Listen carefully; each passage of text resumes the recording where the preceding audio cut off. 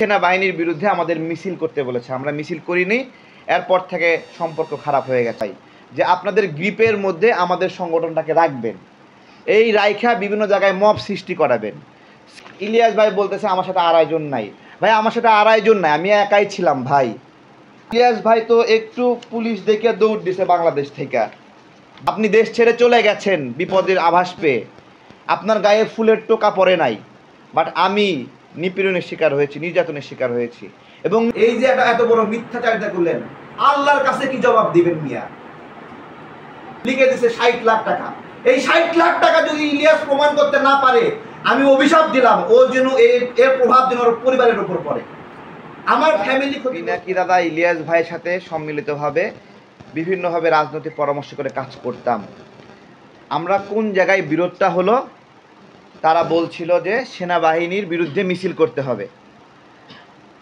বাংলাদেশের নাগরিকদেরকে জিজ্ঞাসা, সেনাবাহিনীর বিরুদ্ধে আমাদের এই মিছিলটা করা উচিত ছিল কি না বলেন?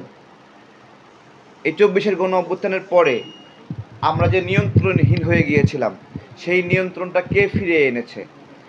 সেই সেনাবাহিনী এই দেশের ক্ষমতা নেওয়ার সুযোগ ছিল কি না, এবং তারা সেই লোভটা করেছে কি না? জাস্ট ইয়েস এবং নো। তারা কিন্তু সেই লোভটা করেনি। সেই সেনাবাহিনীর বিরুদ্ধে আমাদের মিছিল করতে বলেছে, আমরা মিছিল করিনি। এরপর থেকে সম্পর্ক খারাপ হয়ে গেছে। সম্পর্ক আরও খারাপ হয়ে গেছে। ইলিয়াস ভাইকে জিজ্ঞাসা করেছিলাম লাইভের মধ্যে, আপনি এবং পিনাকি দাদা একসাথে কি সেনাবাহিনীর বিরুদ্ধে প্রোগ্রাম দিয়েছেন?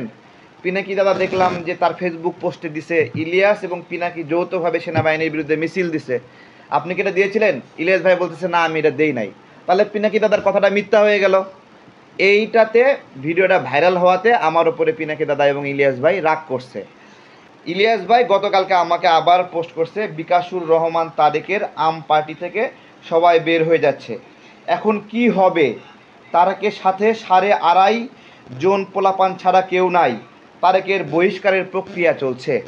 ইলিয়াস ভাই বলতেছে আমার সাথে আড়াইজন নাই। ভাই আমার সাথে আড়াইজন নাই, আমি একাই ছিলাম ভাই। আমি একাই নিপীড়নের শিকার হয়েছি। আমার সাথে আড়াইজন না থাকলে কি হবে? আমরা কি কাজ বন্ধ রাখছিলাম? ইলিয়াস ভাই তো একটু পুলিশ দেখে দৌড় দিছে বাংলাদেশ থেকে। ইলিয়াস ভাই, এই বাংলাদেশের বিপদে আপনি ভূমিকা রাখছেন মানতেছি, কিন্তু আপনার এবং আমার আকাশ পাতাল পার্থক্য আছে ভাই, আকাশ পাতাল পার্থক্য আছে। আপনি এবং আমি এক না। আপনি দেশ ছেড়ে চলে গেছেন বিপদের আভাস পেয়ে, আপনার গায়ে ফুলের টোকা পড়ে নাই, বাট আমি নিপীড়নের শিকার হয়েছি, নির্যাতনের শিকার হয়েছি। এবং নির্যাতনের শিকার হয়ে আমি দেশ থেকে বের হয়ে যাইনি। আড়াইজন কি, কেউ না থাকলেও আমি একা কাজ করেছি। আপনারা যে চেষ্টাটা করেছেন পিনাকি দাদা এবং ইলিয়াস ভাই, যে আপনাদের গ্রিপের মধ্যে আমাদের সংগঠনটাকে রাখবেন, এই রাইখা বিভিন্ন জায়গায় মব সৃষ্টি করাবেন। সিপিবির অফিস ভাঙতে বলছিলেন, সিপিবির অফিস ভাঙতে বইলা ওইদিকে আবার সিপিবিকে কেন খবর দিয়েছেন বলেন? সিপিবির প্রিন্সরে ওইদিকে খবর দিয়েছে তারেকরা এখানে অফিস দখল করতে আসবে, আর আমাদেরকে বলছে যে অফিস দখল করো। ওই দিন জাতিসংঘের মহাসচিব আসছে বাংলাদেশে। বলেন ওই দিন ইলিয়াস এবং পিনাকির কথা শুই না সিপিবির অফিসে আমরা হামলা করা ঠিক হইতো? বিশ্বের কাছে বাংলাদেশের বার্তা ভালো যাইতো? আপনার সাথে আমার কিছু মতের অমিল, আপনি এটা কেন প্রত্যাশা করেন যে আপনার কথা মতো সবাই চলবে? আপনার চাকর নাকি আমরা? আপনার কথা মতো আমরা চলবো? তবে কয় পয়সা দিয়েছেন আমাদেরকে আমাদের রাজনৈতিক কার্যক্রমের জন্য যে আপনার কথা মতো আমরা চলবো?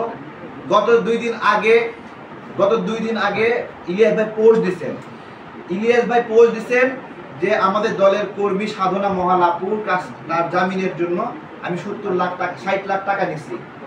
আমি বলতেছি ইলিয়াস ভাই, এই যে এত বড় মিথ্যাচারিতা করলেন, আল্লাহর কাছে কি জবাব দিবেন মিয়া? পোস্ট ডিলিট করছেন কেন পোস্ট ডিলিট করছেন? 60 লাখ টাকা কিসের জন্য আপনি বলছেন? লিখে দিছে 60 লাখ টাকা। এই 60 লাখ টাকা যদি ইলিয়াস প্রমাণ করতে না পারে, আমি অভিশাপ দিলাম ও যেন এর প্রভাব যেন ওর পরিবারের উপর পড়ে, আমার ফ্যামিলি ক্ষতিগ্রস্ত হয়েছে, পরিবার ও সন্তান ওর স্ত্রী যেন আল্লাহ ওদের উপরে এই বিচার করে। ওই 60 লাখ টাকা আমরা কষ্ট করে খেটে খাই, আম বিক্রি করি সারাক্ষণ, মানুষ আমাদেরকে খোঁড়া দেয় আম তারেক। মধু বিক্রি করছি, বলছে মধু তারেক, এগুলো বলতেছি। আমার আজকে ভাল লাগছে না, মতের মিল হচ্ছে না, দালাল বানায় দিচ্ছে, রয়ের এজেন্ট বানায় দিচ্ছে। এখনো রাষ্ট্র আমাদের ক্ষতিপূরণ দিল না, এখনো সুস্থ হয়নি। মাঝে মাঝে রাগান্বিত হই, মাথায় সমস্যা, তো অসুস্থ তো আমি এখনো, আমাদের কষ্টগুলোর কারণে ফ্রাস্ট্রেশন কাজ করে, এত নিপীড়িত হয়ে আমাদেরকে এই যে হ্যারাসমেন্টগুলো করছে। এই না ভাই, আমার সংখ্যা 2.5 জন, তো তুমি ইলিয়াসের কি মিয়া? হ্যাঁ, পুলিশে একটু ভয় দেখাচ্ছে, দেশ ছেড়ে পালায় চলে গেছো না? আমরা তোমার পার্থক্য দেখো, তুমি কি আমি কি, বিচার করো, বিশ্লেষণ করো। আরে তোমার গায়ে একটা টোকা লাগছে, কারো কেউ তোমাকে হামলা করছে, আঘাত করছে,